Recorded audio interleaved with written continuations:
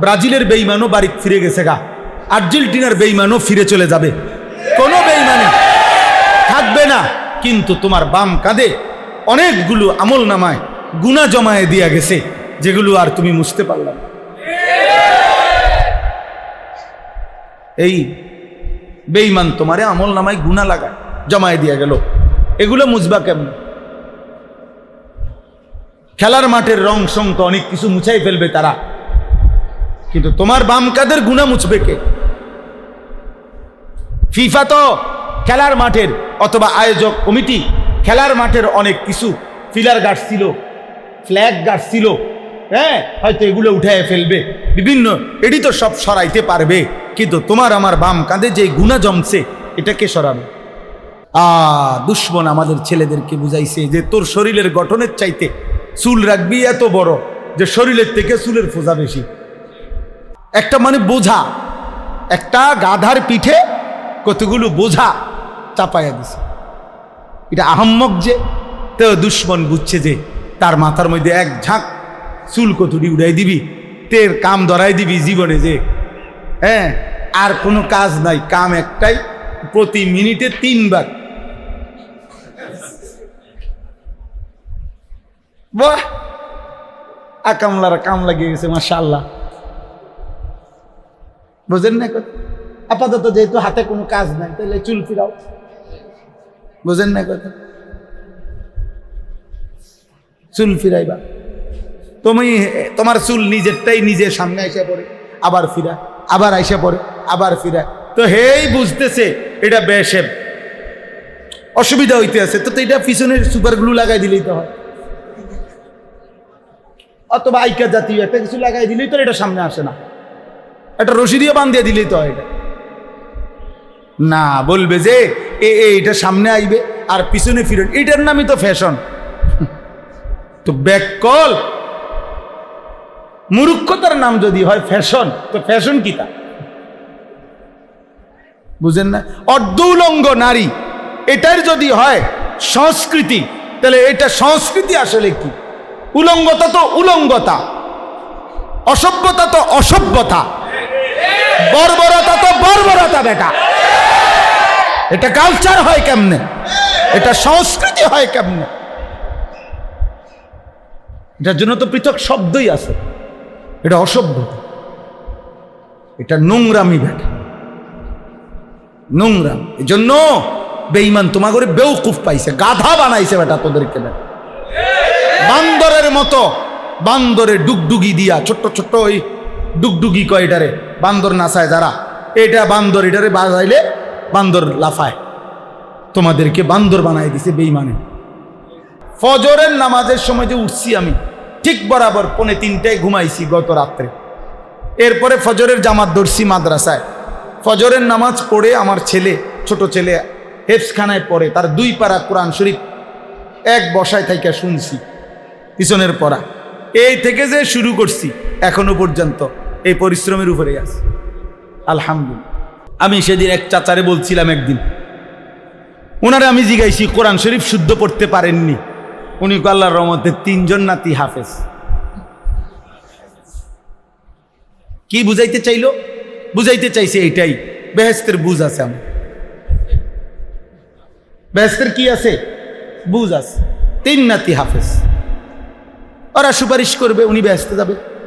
11 জন না আছে ওনার কোটা, তো 33 জন তো ওনার হিসাবেই আইয়া রয়েছে, তো এর মধ্যে তো উনি একজন।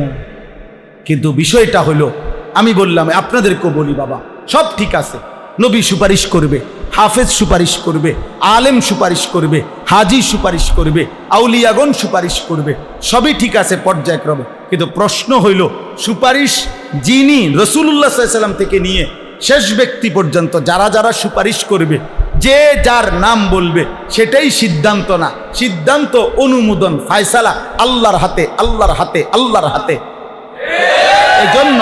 এজন্য আব্বা নবী তো দাওয়াত দিছেন আবু তালেবকেও, আবু বকরকেও, নবী তো দাওয়াত দিছেন ওমরকেও, আবু লাহাবকেও। তো মনে করেন নবীজির প্রত্যেকটা দাওয়াত একটা একটা সুপারিশ। মানে আমি চাচ্ছি আপনার কালেমা, কিন্তু আসমানওয়ালা বলছে আবু বকরের জন্য গ্রহণ করলাম, আবু জাহেলের জন্য গ্রহণ করলাম না। ওমরের জন্য গ্রহণ করলাম, আবু তালেবের জন্য গ্রহণ করলাম না। এবার জমিনে চোখের পানি ফেলে নবী কাঁদছে, মৃত্যুর মুহূর্ত পর্যন্ত আবু তালেবরে কালেমা পড়াইতে চাইছে। আসমানওয়ালা বলছে, আল্লাহ বলছে, আমি ফয়সালা দিলাম না, আপনি বন্ধু, আপনি মাহবুব, আপনি কানলেও আবু তালেবের ঈমান দেব না। এখন ঠিক আখিরাতেও যদি আল্লাহ বলে, বন্ধু আপনি বলছেন এই 10 জনের কথা, এরে বাদ দিয়া কর। সেদিন আমার মাদ্রাসার এক ছেলে উর্দু জামাতের, আমাদের মাদ্রাসার থেকে নুরানি পড়ছে, নাজেরা হেফস পড়ছে, কিতাবখানা ঢুকছে, প্রায় 8 বছর ধরে সে পড়ছে। বন্ধুদের কোনো আড্ডায় কোনো কারণে হঠাৎ আজকে 1 মাস সে আর পড়বে না, দুষ্টামি করে বাড়ি। বহুত কষ্ট করে তার মা ওই দিন আনছে মাদ্রাসা। তো উস্তাদ আমার কাছে নিয়ে আইসে, বলছে হুজুর ওর মা কাঁদতেছে, অফিসে খুব কাঁদতেছে মহিলাটা, ছেলেটা মাদ্রাসায় পড়বে না কয়। এরপরে মানে আমার এমন মায়া লাগছে মহিলার কান্না শুনে, পরে আমি ওই ছেলেরে জড়ায় ধরে কইলাম, আব্বা কই যাইবে, আল্লাহরে ছাইরা যাইবে কই বাপ, এই মালিকের জমিন ছেড়ে যাইবা কই? 7 আসমানের ওই মাথাত গেলেও তো আল্লাহই, 7 তবক জমিনের নিচে গেলেও তো আল্লাহরই জমিন, কোথায় যাইবা আব্বা, আল্লাহরে ছাইরা যাইও না। মালিকের দয়া হইছে আলহামদুলিল্লাহ। মানে আমিও খুব আবেগ দিয়া তারে বলছিলাম, বাবা আল্লাহরে ছাইরা যাইস না বাবা। আশ্চর্য, আল্লাহর দয়া হইছে, বরকত হইছে। ওই ছেলে মারে সাথে সাথে গিয়ে কইছে, আমি থাকবো না, আর যাবো না মা। ফাফিরু ইলাল্লাহ, আল্লাহ বলে বান্দা একটা দৌড় দিয়া আমি আল্লাহর কাছে আসো। ইন্নী লাকুম নাযীরুম মুবিন, আল্লাহ বলে বন্ধু আপনি বলেন দুনিয়াবাসী আমি আল্লাহর পক্ষ থেকে তোমাদেরকে সুস্পষ্ট ভয় দেখাচ্ছি, জাহান্নামের ভয়, আখিরাতের ভয়, কবরের ভয়, পরকালের ভয়। আল্লাহ বন্ধুকে বলছেন, ইন্নামা আনতা নাযীর ওয়াল্লাহু আলা কুল্লি শাইইন ওয়াকিল, আপনি হচ্ছেন ভয় প্রদর্শনকারী বন্ধু, আর আমি হচ্ছি ফয়সালাকারী, আমি জিম্মাদার, আমি ওকিল। আমি আমার বান্দার ব্যাপারে সিদ্ধান্ত দেব, আপনি শুধু ভয় দেখান, বলেন, আপনি বলেন ফয়সালা দেব আমি, আপনি আহ্বান করবেন, দাওয়াত দিবেন, আপনি সিদ্ধান্ত দেব আমি, সুপারিশ করবেন, আপনি সিদ্ধান্ত দেব আমি। কে? আল্লাহু আলা কুল্লি শাইইন ওয়াকিল। আল্লাহ কোরআনে বলেন, মা ইয়াফালুল্লাহু বিআযাবিকুম ইন শাকারতুম ওয়া আমানতুম। আল্লাহ বলে, বান্দা শুনো না বান্দা, তুমি যদি আমার একটা সেজদা দাও, আমার শুকর আদায় করো, আমি আল্লাহরে যদি মেনে নাও, আমি কেন তোমারে আযাব দেব বলো না বান্দা। মা ইয়াফালুল্লাহু বিআযাবিকুম, কি লাভ হবে আমি আযাব দিলে বান্দা তোরে, কেন দেব রে বান্দা, যদি আমাকে সেজদা দাও, যদি আমি আল্লাহকে মেনে নাও, আযাব দেব কেন? আচ্ছা, এর চাইতে মায়ার কথা কি হইতে পারে? এমন এমন দরদ মাখা কথা। সৃষ্টিকর্তা আল্লাহ, যার হাতে সব কিছু, যার এই সব মালিকানা, যার 1 সেকেন্ডের 1,00,000 ভাগের 1 ভাগে আমার জীবন শেষ, আমার নিঃশ্বাস বন্ধ হয়ে যাবে। হাদিসে আছে, আল্লাহর নবী সাল্লাল্লাহু আলাইহি সাল্লাম বলেছেন, প্রত্যেকটা নিঃশ্বাস আল্লাহর কাছে একবার পৃথক পৃথক ঢুকবার সময় অনুমতি চায়। আল্লাহ ঢুকবো? আল্লাহ বলেন হ্যাঁ। বের হওয়ার জন্য অনুমতি চায়, বের হব? আল্লাহ বলেন হ্যাঁ। প্রতি নিঃশ্বাস আলাদা আলাদা আলাদা আলাদা আলাদা।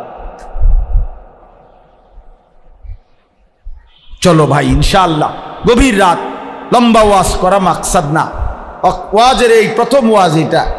আজকে ইনশাআল্লাহ কারো বিবেক যদি থাকে, ছেলেরা আব্বা চলো নিয়ত করি, কলিজা দিয়া নিয়ত করো যে নামাজ পড়বো ইনশাআল্লাহ। বলো ইনশাআল্লাহ। আশ্চর্য, কোরআনুল কারীমের মধ্যে আল্লাহ তাআলা বলছে সফল মুমিন। এই সফল মুমিনের কথা বলতে গিয়ে প্রথম বৈশিষ্ট্য বলছেন নামাজ, শেষ বৈশিষ্ট্য বলছেন নামাজ।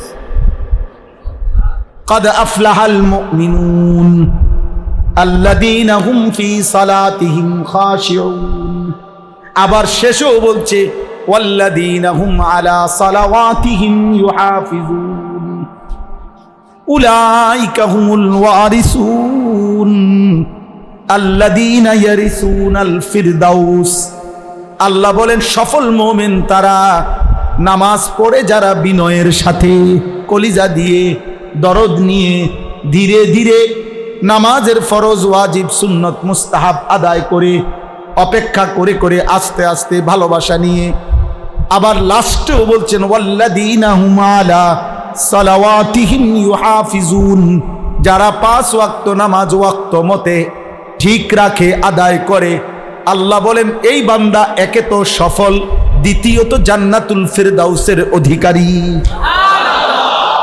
উলাইকা হুমুল ওয়ারিসুন আল্লাযীনা ইয়ারিসুনাল ফিরদাউস এই যে ফিরদাউস এরা জান্নাতুল ফিরদাউসের উত্তরাধিকারী হবে নামাজ খামখেয়ালি জিনিস না والذين يمسكون بالكتاب وأقاموا الصلاة إنا لا نضيع أجر المصلحين এটাও আশ্চর্য আয়াত আল্লাহ বলে জীবনভর যে কোরআন আঁকড়াইয়া ধরে আর 5 ওয়াক্ত নামাজ আদায় করে আমি আল্লাহ ওয়াদা দিলাম আমার এই বান্দার একটা সেকেন্ডের কোন কর্ম নেকি থেকে নষ্ট হতে দেব না দেব না দেব না ওর সব কিছুতে নেকি হাসলেও নেকি কাঁদলেও নেকি হাঁটলেও নেকি বসলেও নেকি বাজারেও নেকি সংসারেও নেকি স্বামী স্ত্রীর মেলামেশা করলেও নেকি জিভুতরে আদর করলেও নেকি উপার্জন করলেও নেকি বাথরুমে ঢুকলো নেকি বাইরে হইলেও নেকি মসজিদে ঢুকলো নেকি বাইরে হইল কারণ ও কোরআনকে ধরে রাখছে এ বারবার জিজ্ঞাসা করে কোরআন কি বলে কোরআন কি বলে কোরআন দিন কি বলে আর 5 ওয়াক্ত নামাজে যত্নবান আল্লাহ বলেন ওর কোনো কিছু আমি নেকি ছাড়া রাখবো না সব কিছুতে নেকি ইন্না লা নুদিউ আজরাল মুসলিহিন এজন্য আল্লাহ তাআলা এখানে এই আয়াত এই একটা আয়াতে আমি পড়ছি আপনাদের কাছে তরজমাটা বলি তাইলে আমার কথা শেষ আল্লাহ তাআলা বলেন বান্দা তোমাকে আমি বুঝাচ্ছি ধরে নেন আল্লাহ বুঝাইতেছে আমগরে আল্লাহ বলেন আমি তোমার সামনে আমারে মেনে নেওয়ার জন্য আখিরাতকে মানার জন্য এই মুহূর্তে এট এ টাইম 3টি জিনিস আমি তোমার মধ্যে রাখছি তোমার কাছে রাখছি কয়টি জিনিস 1 নাম্বার সৃষ্টিগতভাবে আমি আল্লাহ তাআলা ফিতরাতান সৃষ্টিগতভাবে আমি আল্লাহ তাআলা আমাকে মানার শতভাগ যোগ্যতা তোমার শরীরের গঠনের মধ্যেই আমি দিয়েছি এই হলো প্রথম একের যেই দিনে তুমি আমার দিকে আইতে চাও 1 মিনিটও কোনো যন্ত্রপাতি ফার্স্ট ফুডস বদলাইতে হইব না এই শরীর আমি বানাইয়েই রাখছি এরকম যে তুমি আমারে চাইলেই আমার আনুগত্য করতে পারবা বুঝেন না আপনি যদি এমন হইতে যে আল্লাহ আপনি আমারে কইলেন রুকু দিতাম আর আমারে বানাইলেন তাল গাছের মতো লম্বা এটা বাঁকা হয় না কিছু হয় না এটা করলেনটা কি আল্লাহ বলে না যেহেতু তোমাকে রুকু দিতে হবে এই জন্য তোমার কোমরও বাঁকা হয় দেখো যেহেতু তোমাকে সেজদা দিতে হবে এই জন্য দেখো তোমার কনুইও ভাঙ্গে হাঁটুও ভাঙ্গে তোমার কোমরও ভাঙ্গে তুমি নিচে যাইতে পারো প্রত্যেকটা অঙ্গ আমি আল্লাহ তাআলা এভাবে সাজাইছি ইবাদতের উপযোগী করে শুধু খানা শুধু লজ্জাস্থানের চাহিদা পূরণ ওই আবারও বলছি পেটের চাহিদা লজ্জাস্থানের চাহিদা এটা কুকুর এই উপর হইয়া গরু ছাগল এই অবস্থায় আল্লাহ তাদের এই 2 চাহিদা পূরণ করছে এক অবস্থায় চতুষ্পদ প্রাণীদের আল্লাহ তাআলা হাজারো সৃষ্টি আছে আল্লাহর যাদের দুনিয়ায় বেঁচে থাকার যা চাহিদা এটা দাঁড়াইয়া গাছপালা এদেরকে এভাবেই আল্লাহ তাআলা তাদের দুনিয়ায় টিকে থাকার যা প্রয়োজনীয় উপকরণ আল্লাহ এভাবেই দাঁড়াইয়া দিতেছে আল্লাহ তাআলা হাজারো কোটি কীট পতঙ্গ যেগুলা মাটির সাথে মিশে চলে হ্যাঁ এগুলোকে তাদের প্রয়োজনীয় জীবন উপকরণ আল্লাহ তাআলা এই অবস্থায় রাখিয়ে দিতেছে হাজারো জিনিস আছে ব্যাঙের মতো পাহাড়ের মতো যেগুলো এরকম বসা অবস্থায় থাকে এই অবস্থায় রেখেই আল্লাহ তাআলা তাদের প্রয়োজনীয় জীবন উপকরণ দুনিয়ায় 24 ঘন্টা দিতেছে। তাহলে আল্লাহ বলেন দুনিয়ার প্রয়োজন উপকরণ পূরণ হওয়ার জন্য এক অবস্থা হইলেই চলে, হয় দাঁড়ানো, নয় উফুর, নয় বসা, নয় শোয়া। এক আইটেম হইলেই আমি আল্লাহ খাবারও পৌঁছাইতে পারি, লজ্জাস্থানের চাহিদাও পূরণ করাইতে পারি। অথচ তুমি মানুষ, তোমারে বানাইতে গিয়া দাঁড়াইতেও দিলাম, উপরও হইতে দিলাম, বসতেও সুযোগ দিলাম, শুইতেও সুযোগ দিলাম। তুমি কি ভাবছো এই চারোটা সুযোগ দিছি হুদা বাতের লাগিয়া? শুধু ঘুমের জন্য, শুধু পেশাব পায়খানার জন্য, শুধু লজ্জাস্থানের চাহিদা পূরণের জন্য না বান্দা। তুমি যে নামাজ পড়তে হবে, আর নামাজের জন্য দাঁড়াইতে হয়, নামাজের জন্য রুকু করতে হয়, নামাজের আত্তাহিয়াতুতে বসতে হয়, নামাজের সেজদাতে শুইতে হয়। এই জন্য 4টি যোগ্যতা শরীরে দিয়েই নামাজের উপযোগী করেই আমি তোমারে বানাইছি। এটা বাইয়িনা, আফামান কানা আলা বাইয়িনাতিন মির রাব্বি, রবের পক্ষ থেকে সুস্পষ্ট দলিল। আমি আল্লাহকে চিনার, মানার, আমার ইবাদত বন্দিগি করার আমি তোমার মধ্যেই দিয়েছি। এই হলো 1। 2 নাম্বার, প্রতি মুহূর্তে আমি আল্লাহ তোমার সামনে আমার এই কোরআন তেলাওয়াত করাচ্ছি। আমার কোরআন তোমার কাছে রাখছি 1450 বছরে একদিনও পৃথিবীর থেকে আমি কোরআন মুছে যাইতে দিইনি। দিছে? কথা বলেন না কেন? কোরআন শুধু কাগজের পৃষ্ঠায় সীমাবদ্ধ?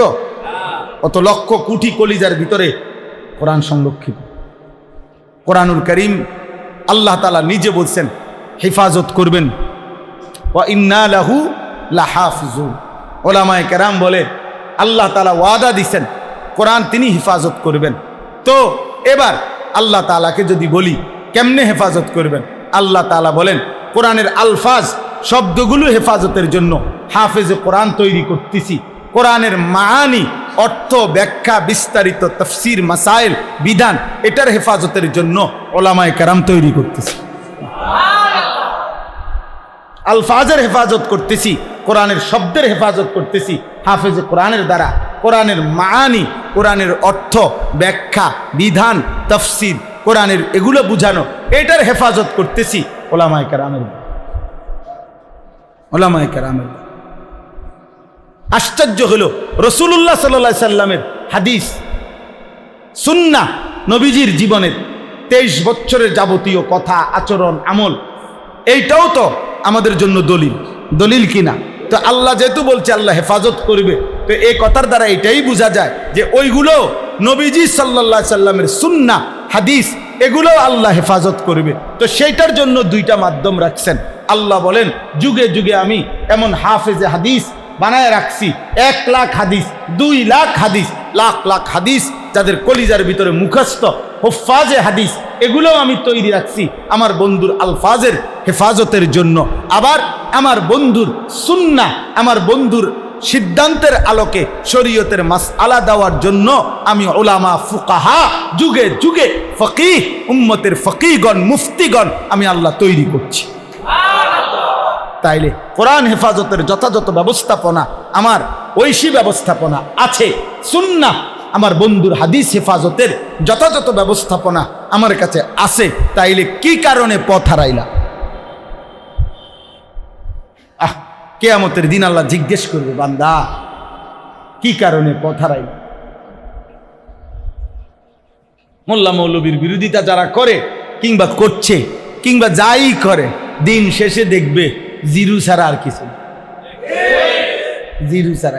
আমি একজন না থাকা, আমার মতো 1 লক্ষ আলেম না থাকা, আমার মতো 10,000 বক্তা না থাকা, এটা ইসলামের বৈশিষ্ট্যের মধ্যে, ইসলামের টিকে থাকার জন্য কিছুই না। কি? কিছুই না। এটা কোনো সমস্যা কিছু, এটা কোনো অসুবিধার কিছু না। আল্লাহ তাআলার কুদরতি ব্যবস্থাপনা, এটা কুদরতি ব্যবস্থাপনা। এজন্য বললাম এই 2 নাম্বার হলো ওয়ায়াতলুহু শাহিদুম মিনহু। আরো অনেক ব্যাখ্যা আছে, এগুলা আমি আপনাদের বুঝার সুবিধার্থে সহজ করে বলতেছি। আর কথা বুঝছেন না? ও ছাত্রদেরকে পড়াইলে তো আমরা আটটু ব্যাখ্যা বিশ্লেষণ বহুত কিছু করি এগুলা। তাহলে 1 নাম্বার হলো বান্দা, তোমার অস্তিত্বের মধ্যে, তোমার শরীরের মধ্যে, দেহের মধ্যে আমার দলিল আছে আমারে মানার জন্য। কোনটাতে অসুবিধা তুমি কও? যেই বিধানে আমি দিছি ওই বিধানের উপযোগী শরীর স্বাস্থ্য সামর্থ্য অবস্থা দেই নাই। মনে করেন এখন দুপুর, আমি কইছি ফজরের নামাজ পড়তে তোমারে নাকি, তো আমি অসুবিধা কি করছি বলেন না? তোমার দ্বারে কোনো টাকা নাই, টাকা আছে তোমার দ্বারে 100, আমি বলছি কমপক্ষে 30,000 টাকা দিয়ে কোরবানি করতে হবে, চুরি করে টিয়া আনি তোর বাপে দিব টিয়া। এটা আমি আল্লাহ বলছেন এমন? তো তাই কোথায় আমি অসুবিধা করছি? কি দেখো, সুবহানাল্লাহ। আল্লাহ জিজ্ঞেস করবে বান্দা আমি কোন জায়গায় কোন অসুবিধাটা করছি, কোন বিধানটা এমন ছিল যে এটার উপযোগী পরিবেশ সামর্থ্য যোগ্যতা ছিল না তোমার কাছে, অথচ আমি তোমাকে করতে বলছি, সেটা কি কর? বুঝেন না? আজকে যদি এমন হইতো বাচ্চাকে বলতেছে বুড়া মানুষের আমল করতো, বুড়া মানুষের কইতে আছে জোয়ান মানুষের আমল করতো, বলছে এমন? এই লোক কোনোভাবে দাঁড়াইয়া থাকতে পারতেছে না, এই পরিমাণ অসুস্থ, কোমরের সমস্যা। তো এখন শরীয়তের বিধান কি? শরীয়তের বিধান হইল তারে রশি দিয়ে টাঙ্গাইয়া এরপরও খাড় করে রাখতে হইব, ঠিক আছে না কথা? দরকার হলে 2 পাশে 2টা বাঁশ দিয়া বাইন্দা বন যেত না, বইতে নামাজের মধ্যে দাঁড়ানো ফরজ, কাজেই তুমি বই খাড়াইয়ে থাকতে, এটা নিয়ে শরীয়ত বলেন না? বিকল্প ব্যবস্থাপনা আছে নি? শরীয়তের ভিন্ন বিধান আছে কিনা? একটা লোক রোজা রাখার সামর্থ্য নাই, কোনোভাবেই পারতেছে না, অসুস্থতা এই পরিমাণ তীব্র, বিকল্প ব্যবস্থাপনা আছে কিনা? কোনোভাবেই পানির ব্যবস্থাপনা নাই, ওযুর ভিন্ন ব্যবস্থা আছে কিনা? তাহলে কি সমস্যার কারণে আটকাইছে? আব্বা বলো, একটা ছেলে বলো, আমি দেরি করবো না বাবা, এই কথাই শেষ, আর অল্প দূর আপনারা বলেন আব্বা। কাজেই ফিকির করা চাই, শরীরের মধ্যে সামর্থ্যের মধ্যে আমাদের কারো কোনো এমন বিধান নাই যেই বিধান আমার উপযোগী না অথচ আমারে করতে বলছে। এরকম গাঁজাখুরি কথা, অবাস্তব, অযৌক্তিক, অপ্রাসঙ্গিক কথা, বিধান, সিদ্ধান্ত আল্লাহ কিংবা তার রসুল দিতেই পারে না। দেয় নাই এটা না, দিতেই পারে না, দিতেই পারে। নারীর যত মর্যাদা, পুরুষের যত মর্যাদা, ইসলামের যত বিধান, মূল কথা হলো দেখবেন যত সময় যতজন যত বিরোধিতা করে, মেন একটাই কথা দেখবেন আপনি খেয়াল করলে, মূলত এই নাফরমান আমল করতে চায় না, বে আমল, বদ আমল, এই কারণে তার কাছে নানান রকমের সলসাতুরি সুতানাতা। বুঝলেন? চা দোকানে টেলিভিশন চায়, বিড়ি খায়, এর নর্তকীর নাচ চলতেছে, এটার দিকে আক কইরা তাকাইয়া তাকাইয়া বলতেছে, আরে হুজুররাই একটা ফ্যাঁস লাগাইয়া রাখছে দেশটার ভিতরে, এক এক হুজুর এক এক কথা কয়, হ্যাঁ 12 রকম হুজুর 13 রকম কথা কয়। বুঝেন? এই মানে উনি আপনার এটাই বুঝাইতে চাইতেছে যে এই হুজুরের প্যাঁচের কারণে আমাকে ফ্যাঁসে পইরা উনি আজকে 40 বছর বিড়ি খায়, আমরার ফ্যাঁসের কারণে। উনি যে টেলিভিশনে নর্তকী দেখে এই নাফরমানে, এর আমগো হুজুরের ফ্যাঁসের কারণ। বুঝলেন ভাই? আমরা ওনারে ফ্যাঁসে ফেলাই রাখছি, আমাকেও ফ্যাঁসে পইরা উনি আজকে 30 বছর কিস্তি উড়ায়, সুদ খায়, হারামখোর সুদ খায়, কিস্তি খায়, আমাকেও ফ্যাঁসে না। আমরা হুজুররা একদল বলছি হালাল, আরেক দল বলছি হারাম, তো তা কি ফ্যাঁসে পড়ছেন আমগো কারণে? বলেন না কেন? কি ফ্যাঁসে পড়লেন আমরা? অতএব মনে রাখবেন, কোন ইমানদার, কোন নেক আমলকারী মনে রাখবে যে আমল করতেছে তার কোনো ফ্যাঁস হয় না। আল্লাহর কুদরতে মতামত থাকুক 1 লক্ষ, কিন্তু তার জন্য উপযোগীটা কি এটা কোরআনে স্পষ্ট আছে, ইন তাত্তাকুল্লাহ ইয়াজআল লাকুম ফুরকানা। তুমি যদি বলো আমারে ভয় করে চলবা, আমার দিন মোতাবেক চলবা, আল্লাহ ওয়াদা দিছে তোমার অন্তরে লক্ষ কথা হোক সমাজে, ওলামায়ে কেরামের মধ্যে তোমার জন্য উপযোগী কোনটা সিদ্ধান্ত নেওয়ার মতো একটি শক্তি, ফুরকান, পার্থক্য শক্তির মতো একটা যোগ্যতা আমি আল্লাহ তোমার কলিজার মধ্যে নিজের হাতে দিয়ে দেব। তাহলে আর অসুবিধা কি?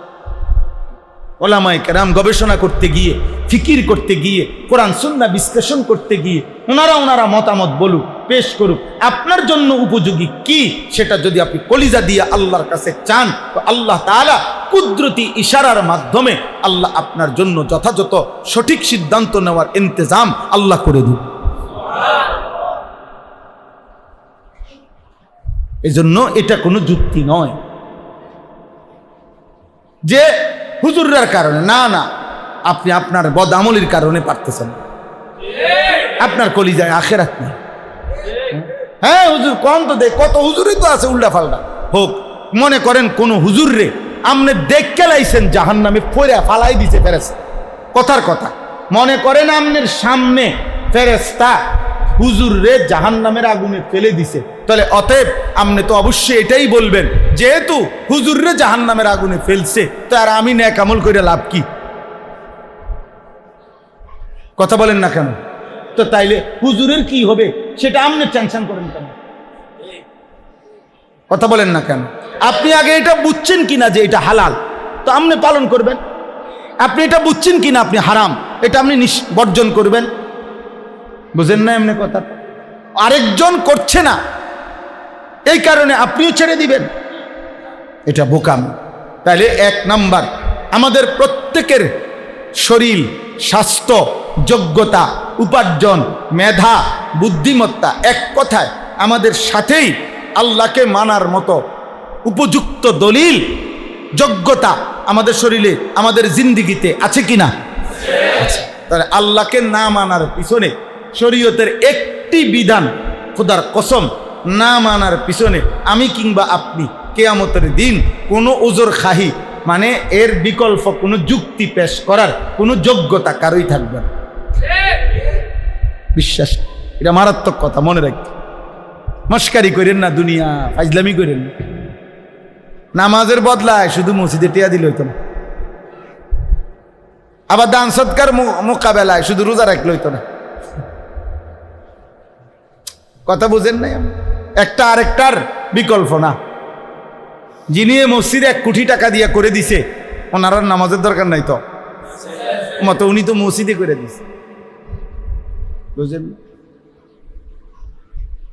তো আমি সেদিন এক চাচারে বলছিলাম, একদিন ওনারে আমি জিজ্ঞাসি কোরআন শরীফ শুদ্ধ পড়তে পারেননি? উনি আল্লাহর রহমতে 3 জন নাতি হাফেজ। কি বুঝাইতে চাইলো?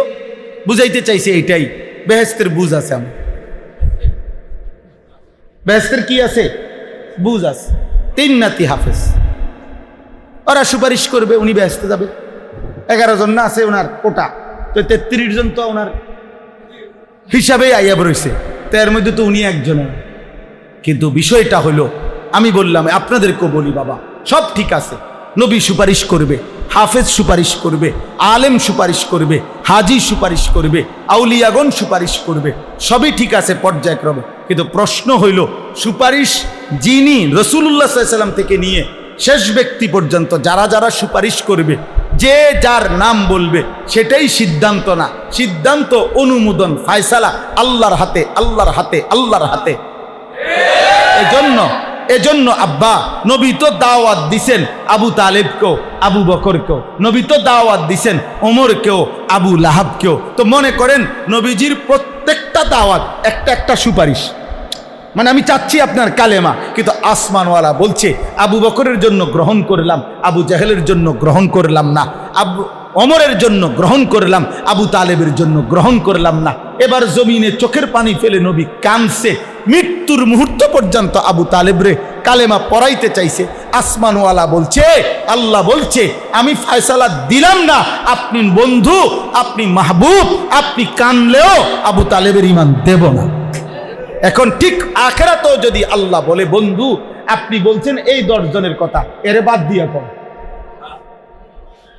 এই 9 জন রাখলাম, এরে দেব না, আরেকজন কম। বুঝেন নাই? ওই একজন যদি আমি হই, বাদ দিয়ে লাইছে যারে, হে যদি আনিসুর রহমান হয়, বাকি 9 জন বাচ্চা গেলে কি লাভ হইল? নবীজির সুপারিশে 1 কোটি মধ্যে আল্লাহ যদি বলে একজন বাদে সবাইরে আপনার সুপারিশে জান্নাত দিলাম, পরে বাদ দেন, ওই যদি আনিস হয়,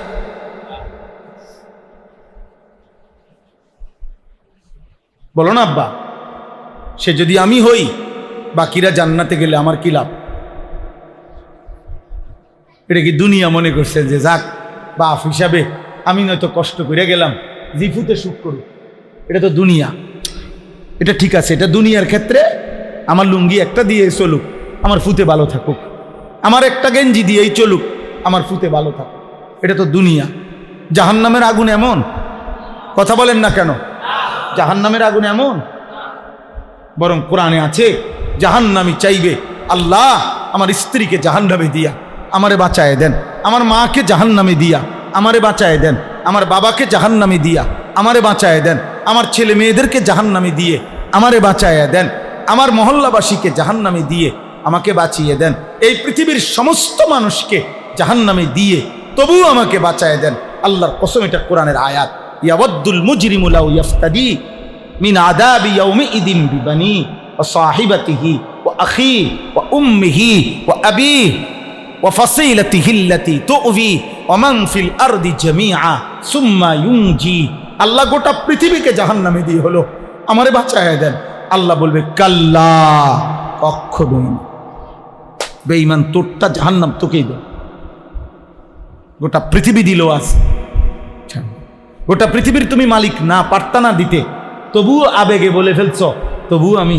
গোটা পৃথিবী দেওয়ার ক্ষমতা থাকলেও গোটা পৃথিবীও যদি জাহান্নামের জন্য আমারে দিয়া দাও আর তোমারে বাঁচাইতে তোমারে ছাড়বে।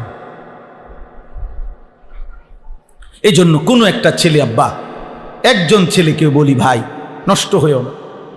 ওই দেখো না, ওই জমিদারের ফুতে ওয়াজ হনে স্যার, ও ব্যাপারটা হেলান দিয়া ওয়াজ শোন। আব্বা হেলান ছেড়ে দাও, হেলান হেলান ছেড়ে দাও, হেলান ছেড়ে দাও, হেলান ছেড়ে দাও। দুশ্মন আমাদের ছেলেদেরকে বুঝাইছে যে তোর শরীরের গঠনের চাইতে চুল রাখবি এত বড় যে শরীরের থেকে চুলের ফোঁজা বেশি। একটা মানে বোঝা, একটা গাধার পিঠে কতগুলো বোঝা চাপাইয়া দিছে। এটা আহাম্মক যে, তো দুশ্মন বুঝছে যে তার মাথার মধ্যে এক ঝাঁক চুল কতটি উড়াই দিবি, তের কাম ধরাই দিবি জীবনে, যে হ্যাঁ আর কোনো কাজ নাই, কাম একটাই, প্রতি মিনিটে 3 বার। বাহ, আকামলারা কাম লাগিয়ে গেছে মাশাআল্লাহ। বুঝেন না? আপাতত যেহেতু হাতে কোনো কাজ নাই তাহলে চুল ফিরাও। বুঝেন না কথা? চুল ফিরাইবা তুমি, তোমার চুল নিজেরটাই নিজের সামনে আইসা পড়ে, আবার ফিরা, আবার আইসা পড়ে, আবার ফিরা। তো হেই বুঝতেছে এটা বেশেব, অসুবিধা হইতে আছে, তো এটা পিছনের সুপার গ্লু লাগাই দিলেই তো হয়, অথবা আইকা জাতীয় একটা কিছু লাগাই দিলেই তো এটা সামনে আসে না, একটা রশি দিয়ে বান্ধিয়ে দিলেই তো হয়। এটা না, বলবে যে এটা সামনে আইবে আর পিছনে ফিরেন, এটার নামই তো ফ্যাশন। তো ব্যাককল মূর্খতার নাম যদি হয় ফ্যাশন, তো ফ্যাশন কি তা বুঝেন না? অর্ধ উলঙ্গ নারী এটার যদি হয় সংস্কৃতি, তাহলে এটা সংস্কৃতি আসলে কি? উলঙ্গতা তো উলঙ্গতা, অসভ্যতা তো অসভ্যতা, বর্বরতা তো বর্বরতা। বেটা, এটা কালচার হয় কেমনে? এটা সংস্কৃতি হয় কেমনে? এটার জন্য তো পৃথক শব্দই আছে। এটা অসভ্যতা, এটা নোংরামি। বেটা নোংরাম। এই জন্য বেঈমান তোমাগরে বেউকুফ পাইছে, গাধা বানাইছে বেটা তোদেরকে। বান্দরের মতো, বান্দরে ডুগডুগি দিয়া, ছোট্ট ছোট্ট ওই ডুগডুগি কয় এটারে, বান্দর নাচায় যারা, এটা বান্দর, এটারে বাজাইলে বান্দর লাফায়। তোমাদেরকে বান্দর বানাই দিছে বেঈমানে, বোকা বানাই দিছে আব্বা, বোকা বানাই দিছে, বোকা বানাই দিছে। হ্যাঁ, ওরা ঠিকই ওদের জায়গায় চলে গেছে, কিন্তু তোমার বাম কাদের আমল নামায় ব্রাজিলের বেঈমানও বাড়ি ফিরে গেছে গা, আর্জেন্টিনার বেঈমানও ফিরে চলে যাবে, কোনো বেঈমানি থাকবে না।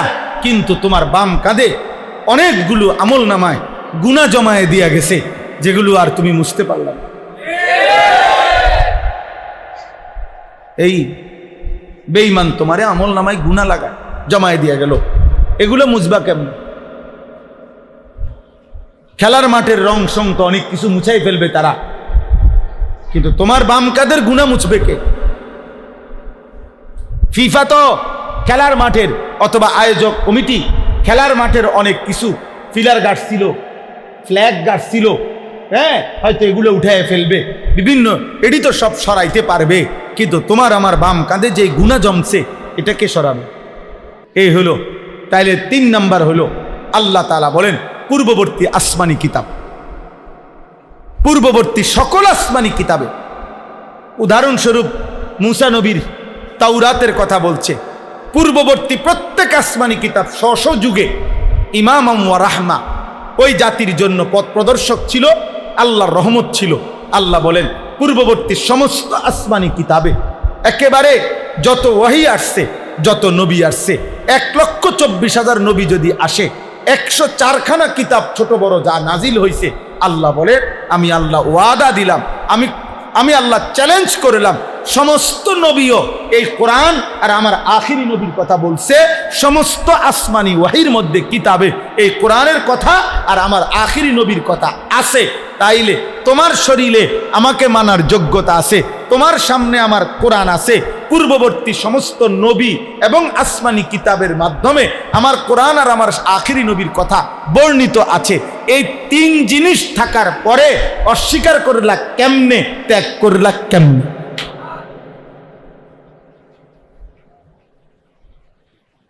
কোরআন দিয়ে আটকাই গেলা বান্দা, কি কারণে পথ হারাইলা? হায় হায় হায় হায় হায় হায়। আল্লাহ তাআলা পুরো পৃথিবীর শুরু এবং শেষ এক লগে বান দিয়া ধরবা, ধইরা বলবে বান্দা কি সমস্যা হয়েছিল কওছে, কি কারণে নামাজ পড়তে পারো নাই, কি কারণে আল্লাহ মানতে পারো নাই, কি অসুবিধা হয়েছিল বান্দা বলো তো? নাফরমান তখন বলবে মা আগনা আন্নি মালিয়া হালাকা আন্নি সুলতানিয়া। চিৎকার করবে হাসরের মাঠে, আর নাফরমান বলবে হায় আমার মাল দেখি কোনো উপকারে আসলো না। হালাকা আন্নি সুলতানিয়া, আমার শক্তি সামর্থ্য ক্ষমতা মাতব্বরি তো কিছুই লাভ হলো না, কিছুই তো হলো না। আমার ছেলেগুলা তোরা কই? আমার এদি ফেরেশতা জাহান্নামের জন্য টানাটানি করছে, আয় না বাস। আমার দালান কই রে, বিল্ডিং কই, আমার নেতা কই, কর্মী কই, আমার জনবল কই, আমার নাতি নাতনি কই, আমার ব্যাংকের টাকাগুলো কই, আমার চেকগুলো কই, আয় না, কেউ আস না। আমার ফেরেশতা জাহান্নামের দিকে ধরতে যাচ্ছে।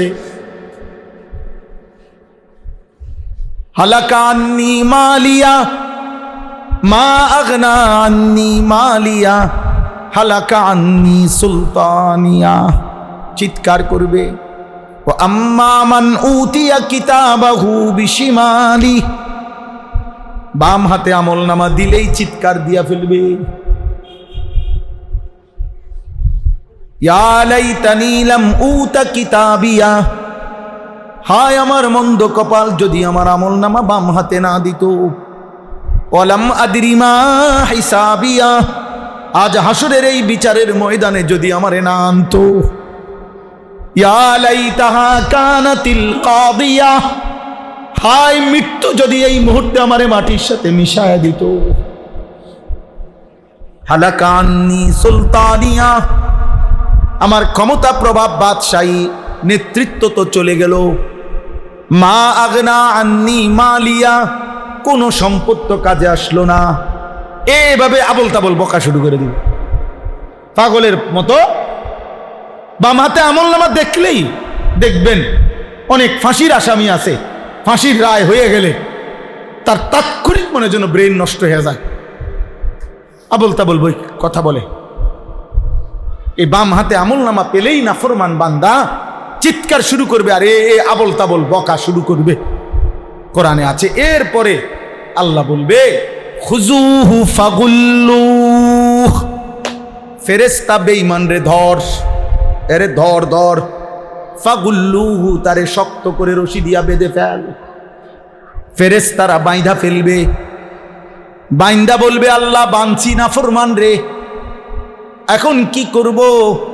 আল্লাহ বলবেন সুম্মাল জাহিমা সাল্লুহ, একটা লাথি দিয়া জাহান্নামে ছুঁড়ে মার, মার একটা লাথি মার, একটা লাথি দে, খিচ্চা লাথি দে, দে লাথি দে, মার লাথি মার, একটা লাথি দে, দে এক লাথিতে যেন জাহান্নামের মাঝ বরাবর।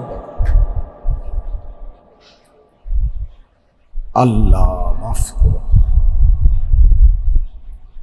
সুম্মা ফি সিলসিলাতিন যারউহা ৭০ যিরাআন ফাসলুকু, এরপরে আল্লাহ বলবেন জাহান্নামে যখন ফেলা হবে, জাহান্নামের ভিতরেও ফেরেশতা আছে, আবার ভিতরেও তো আলাদা ফেরেশতা আছে।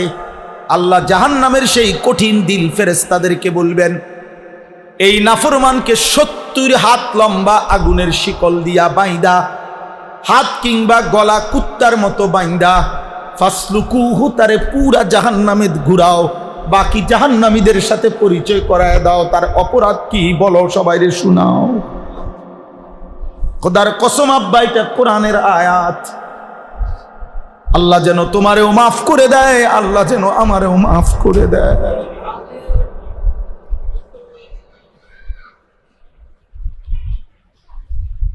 সুম্মা ফি সিলসিলাতিন যারউহা ৭০ যিরাআন ফাসলুকু,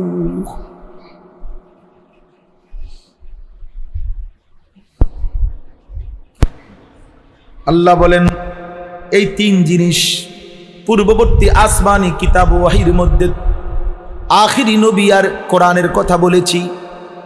কোরআনুল কারীম ২৪ ঘন্টা তোমার সামনে রাখছি, তোমার দেহের মধ্যে আমি আল্লাহকে মানার যোগ্যতা রাখছি। উলাইকা ইউমিনুনা বিহি, আল্লাহ বলেন আমার প্রিয় বান্দা এই সবগুলো নিয়ামত পেয়ে আমি আল্লাহর উপরে ঈমান আনছে, মেনে নিচ্ছে।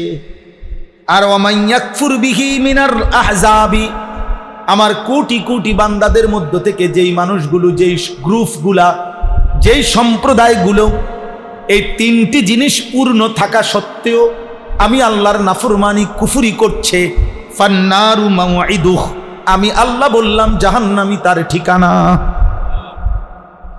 শরীরে যোগ্যতা ছিল, কেন পালন করলা না? কোরআন সামনে ছিল, কেন বুঝলা না? আসমানি সব কিতাবের মধ্যে বর্ণনা ছিল, কেন শুনলা না? ফালা তাকু ফি বিরিয়াতিম মিনহু, আল্লাহ তাআলা বলেন বন্ধু ইমানদারের ঈমানের ব্যাপারে আর কাফের আর বেঈমান জাহান্নামে যাবে এই ব্যাপারে কারো ব্যাপারে আপনি কোনো সন্দেহ করবেন না, বরং আমি যেটা বলছি এটাই হবে। ইন্নাহুল হাক্কু বির রাব্বিক, কারণ এই কথা, এই ফয়সালা, এই কিতাব, এই ওয়াহি, এই কোরআন, এই শরীর, এই জিন্দেগি, এই কায়নাত সব তো আমি আল্লাহর পক্ষ থেকেই দেওয়া। এটা সত্য, সত্য কিনা? আল্লাহর কথা সত্য কিনা? কোরআন সত্য কিনা? নবী মুহাম্মদ সত্য কিনা? তাওরাত ইনজিল জাবুর সত্য কিনা? তাইলে বন্ধু ইন্নাহুল হাক্কু মির রাব্বিক, তোমার রবের পক্ষ থেকে এগুলো সত্যবাণী, সত্য কথা। ওয়ালাকিন্না আকসারান নাসি লা ইউমিনুন, আল্লাহ বলেন শরীরের মধ্যে যোগ্যতা সত্ত্বেও, কোরআন সামনে থাকা সত্ত্বেও, পিছনের আসমানি কিতাবের বর্ণনা সত্ত্বেও অধিকাংশ মানুষ ঈমান আনলো না। আমি সব আইটেমে বুঝাইতে চাইছিলাম বান্দা, কিন্তু তবু আমার নাফরমান বান্দা বুঝতে চাইল না। বুঝেন নাই? চলো ভাই ইনশাআল্লাহ আমরা দোয়া করি প্রত্যেকের জন্য, যে মেহেরবানি করে সবাই মিলে আমরা নিয়ত করি আমরা আল্লাহকে ভুলবো না ইনশাআল্লাহ। নামাজ পড়বো, নামাজ নামাজ নামাজ নামাজ জিন্দিগি, নামাজ জিন্দিগি, নামাজ মোমেন। 5 ওয়াক্ত নামাজের নিয়ত করো ছেলে। হুজুরে ওয়াজ করছে, বালা বালা ওয়াজে করছে, কথাটি ভালোই, এই সমস্ত বেহুদা কথা বলে লাভ নেই। বালা করছে না মন্দ করছে এটা না দরকার নেই, তুমি মানতেছবো কিনা, তুমি ভালো হইবে কিনা এটা বেহুদা কথা কয়ে লাভ নেই। ওই হুজুর মাশাআল্লাহ, হুজুর এই বক্তা দাওয়াত দিতে সামনে, হ্যাঁ তো কি সামনে মানে আমি আমার সিটারি করবো কিন্তু হুজুরে মিয়া লাগবে, তো লাভ হলো কি? কথা বলেন না কেন? তো এইগুলো কোনো কথা না, এগুলো কোনো মূল বিষয়। মূল বিষয় হলো আমি পরিবর্তন হব ইনশাআল্লাহ। বলেন ইনশাআল্লাহ, বলেন ইনশাআল্লাহ। আব্বা দিল থেকে বলো আলহামদুলিল্লাহ। আমরা আশাবাদী। প্রতিদিন আল্লাহর দয়া, এত কষ্ট চিৎকার করি, আহাজারি করি। ফজরের নামাজের সময় যে উঠছি আমি ঠিক বরাবর 2:45 ঘুমাইছি গত রাত্রে। এরপরে ফজরের জামাত ধরছি মাদ্রাসায়। ফজরের নামাজ পড়ে আমার ছেলে, ছোট ছেলে হেফজখানায় পড়ে, তার 2 পারা কোরআন শরীফ এক বসায় থেকে শুনছি পিছনের পড়া। এই থেকে যে শুরু করছি এখনো পর্যন্ত এই পরিশ্রমের উপরে আছে আলহামদুলিল্লাহ। এই কামেই আছে, চিরেই বাইজতে আছে মনে করেন, অর্থাৎ কোনো না কোনো একটা কাজেই আছে আলহামদুলিল্লাহ। তো বলার উদ্দেশ্য হলো দিবারাত্রির এই চেষ্টা, ফিকিরের মাকসাদ, এখান থেকে আল্লাহ চাহে তো হায়াতে বাস। এখন আবার এই রাত্রে রাজবাড়ি জেলায় আমি রাত্রে ফিরব। কালকে আমার রাজবাড়ি মা, কিন্তু এখান থেকেই ফিরে যাবো ওখানে ইনশাআল্লাহ। ওখানে আমাদের একটা মাদ্রাসা আছে, আমার শায়েখ আল্লামা মুফতি মুশতাকুর নবী কাসিমি হুজুর ওই মাদ্রাসার মুহতামিম, আমরাই পরিচালনা করি। শায়েখ এর তত্ত্বাবধানে চলে ওই মাদ্রাসা। ওই মাদ্রাসার মাহফিল আগামীতে, ওই যে রিঞ্জুবাইদের মাহফিল। জি, তো এই জন্য আমার ভাই, আমার একটা ফিকির এটা, আমার কিশোর ছেলেরা, নওজোয়ান ছেলেরা আল্লাহর দিকে ফিরবে আলহামদুলিল্লাহ। প্রতিদিন আমরা আশাবাদী। আমরা দেখি, ভাবি, 2 জন 4 জন 5 জন করে হলেও মুসলমানের ছেলেরা, যুবকরা আল্লাহর দিকে ফিরতেছে। হ্যাঁ, আমরা হতাশ না। আমাদের কাছেও কি আছে, খোঁজখবর আছে। আমরাও দুনিয়াতে তো থাকি, সান্দের দেশে থাকি না তো আলহামদুলিল্লাহ। আমরা আশাবাদী। আমার অনেক স্বপ্ন আমাদের মুসলিম কিশোর যুবক ছেলে স্কুলে পড়ুক, কলেজে পড়ুক, ইউনিভার্সিটিতে পড়ুক, কোনো মানা নাই। এই সমাজে ডাক্তার দরকার, ইঞ্জিনিয়ার দরকার, ব্যারিস্টার দরকার, সবই দরকার। এই সমাজ চলার জন্য আল্লাহর কুদরতি সব দরকার। এগুলো আল্লাহরই কুদরতি ব্যবস্থাপনা। মনে করেন সব আছে, শুধু জুতা ছিলেন না কেউ নাই, এই সমাজ চলবে না। কথার কথা, সব প্যাসেঞ্জার আছে ভরা, ড্রাইভার নাই একজনও, এই সমাজ চলবে না। চলবে? তাইলে বোঝা গেল সবই দরকার। এজন্য আব্বা তোমরা তোমাদের জায়গায় থাকো, পড়ো, শিখো, কোনো মানা নাই, কিন্তু আল্লাহকে চিনো। নামাজ পড়ো, ওযু করো, রোজা রাখো, হালাল খাও, 5 ওয়াক্ত নামাজ পড়ো, ফজরের নামাজ পড়ো, কোরআন পড়ো, দিন শিখো। এইটা আমার কথা। সবাই মাদ্রাসায় ভর্তি হয়ে যাও একসাথে। বাংলাদেশে 5.5 কোটি সন্তান জেনারেল লাইনে পড়ে, স্বাভাবিক। আর মাত্র 30 লক্ষ সন্তান মাদ্রাসায় পড়ে। তাইলে এই 5.5 কোটি এক লগে মাদ্রাসায় পড়তে চাইলে একই সাথে এই ব্যবস্থাপনা কিভাবে হবে? তাহলে পড়ুক, দিন শিখ, যেখানেই থাকুক, কিন্তু আল্লাহকে চিনুক, দিন শিখুক, অল্প অল্প, একটু একটু, কখনো 3 দিন, কখনো 1 দিন, কখনো 3 ঘন্টা, কখনো ছুটিতে, অল্প সময় হলেও। যাদের আর সুযোগ নাই মাদ্রাসায় ভর্তি হওয়ার, তারা কমপক্ষে ফাঁকে ফাঁকে কখনো কখনো অল্প অল্প দিন শিখা উচিত কিনা বলেন? আমি আলহামদুলিল্লাহ এই ফিকিরটা নিয়ে আমি আজকে 1.5 বছর চেষ্টা করতেছি। আমি একটা বড় জায়গা কিনছি, কুমিল্লা ক্যান্টনমেন্ট, ময়নামতি আমার মাদ্রাসা, যেখানে এমনি স্বাভাবিকভাবে আমার মাদ্রাসায় 550-র কাছাকাছি ছাত্র আছে, 534 জন আলহামদুলিল্লাহ, 34 জন শিক্ষক কর্মচারী আছে। কিন্তু আমরা প্রত্যেক বন্ধে 3 দিন, 3 মাস পর পরেই আমাদের মাদ্রাসায় বন্ধকালীন সময়ে আমরা 3 দিন আমাদের মাদ্রাসার বড় ছাত্র এবং উস্তাদরা মিলে স্কুল, কলেজ, জেনারেল, বয়স্ক, সাধারণ শ্রেণী মানুষকে দিন শিখায়। ওযু, নামাজ, সূরা, কেরাত, দোয়া, কালাম। গত 1.5 বছরে আলহামদুলিল্লাহ আমাদের কাছে প্রায় 1550 থেকে 1600 জেনারেল স্কুল কলেজের ছেলে ওযু, নামাজ শিখছে আলহামদুলিল্লাহ। তা আমরা এটার আশা করছি যে একটা পূর্ণাঙ্গ মাদ্রাসা করতে চাই আলাদা। একদিকে বাচ্চাদের মাদ্রাসা, কওমি মাদ্রাসা, আরেক দিকে এই সর্বশ্রেণীর সাধারণ মুসলমানদের একটা মাদ্রাসা, যেখানে সারা বছর আলাদা শিক্ষক কর্মচারী থাকবে। বছরের যেই কোনো দিন যার যখন সুযোগ হয় সে আসবে, যেটুকু সময় নিয়ে দিন শিখবে। যে আসবে যখন দিন শিখবে তখন, যার সময় যতক্ষণ দিন শিখবে ততক্ষণ। এই আশা নিয়ে 115 শতক 1 একর 15.5 শতক একসাথে আমি একটা জায়গা কিনছি। আজকে 1.5 বছরের মতো প্রায় 2,67,00,000 টাকা এই জায়গার দাম, আলহামদুলিল্লাহ। তো এই জায়গাটা সারা বাংলাদেশে আমি একটা হ্যান্ডবিল দেই সব সময়, প্রত্যেক দিন। কি একটা উদ্দেশ্যে দেই, আমাদের এই বড় জায়গাটায় এক নামাজের মুসল্লা জায় নামাজ পরিমাণ জমির দাম 4,200 টাকা মাত্র। তো আমাদের একটা আশা, সারা বাংলাদেশের যেই কোনো মুসলমান পুরুষ কিংবা নারী যদি কারো সুযোগ হয়, আমাদের এই হ্যান্ডবিলটা আপনারা রাখেন। এটার মধ্যে বিকাশ নাম্বার, অ্যাকাউন্ট নাম্বার আছে, আর এই আবেদনটা আছে 4,200 টাকার দান করার একটা আবেদন। সদকায়ে জারিয়ার সওয়াব পাবেন, আপনার আমল নামায় সওয়াব আসবে। আপনার বলার দ্বারাও যদি কেউ দেয়, আপনার সওয়াব হবে। যার সুযোগ হয়, পারলে, কোনো জবরদস্তি নাই, এখানে বিকাশ নাম্বার, অ্যাকাউন্ট নাম্বার আছে, পারলে আমাদের মাদ্রাসার